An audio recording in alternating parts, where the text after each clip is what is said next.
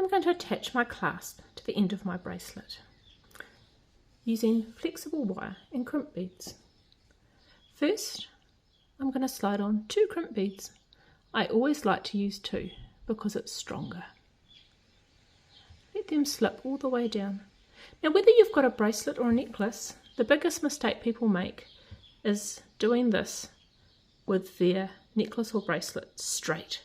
When you do it straight and you pull it very tight at the end, then you get a very stiff curve. So always with necklace and bracelets, when you're doing the crimping on the second end, curve your item.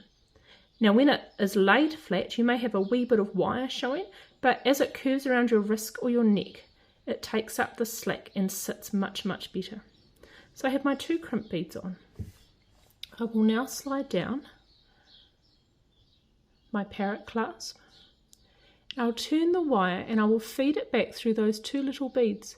And if my beads on either side are large enough, it's always a good idea to pop that wire back through 1 or 2 of those beads if you can, just to take it away from the crimp beads a bit. So I'm going to come through this one. Hold your clasp, hold the end of your wire and pull. And most of the time you get almost all the way. Then you can shuffle down a little, hold firm and pull. Make sure that your clasp sits in a loop, not pulled super tight. You want it to be able to swing and move freely. And I will double check before I crimp that my bracelet sits nicely. If I'm concerned that it's a bit tight, then what I can do is just ease this all off a little bit and let there be more flex and slack in my wire.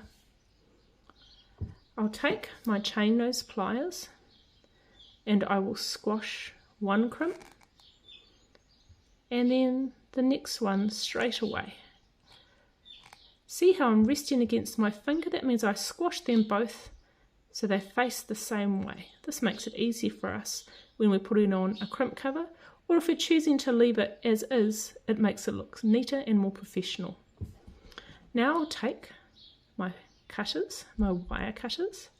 These are our great Vintaj entry-level flush cutters, nice pointy tips. Here we go. Now you'll see there's a little bit of slack showing. That's okay. It will be taken up as we come around to a curve.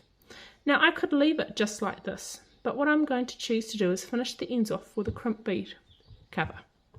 So you can see on this bracelet, I've designed these to go together, by the way, to wear them together.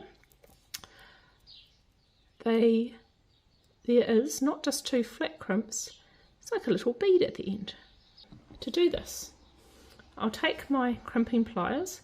Now my whole 20 years of beading, I've only ever used my chain nose pliers to squash crimps with. I just use my crimping pliers to attach my crimp bead covers, which didn't even exist when I first started beading. But the grooves in your crimping pliers actually make this a lot easier. It's pretty tricky to do this with your plain old chain nose pliers. This takes some practice, so don't worry if you mess up a few. Always have a few extras. This comes into play having these crimp beads straight. So now I'm going to put that over carefully and very gently squash that bead together. You can see it's gone slightly skew-iff, but that's okay. I can just gently, with the curved roundness of these crimping pliers, squash it into place. And then I have a nice neat finish at the end. Let's see the difference between the two. Just crimp beads and crimp cover.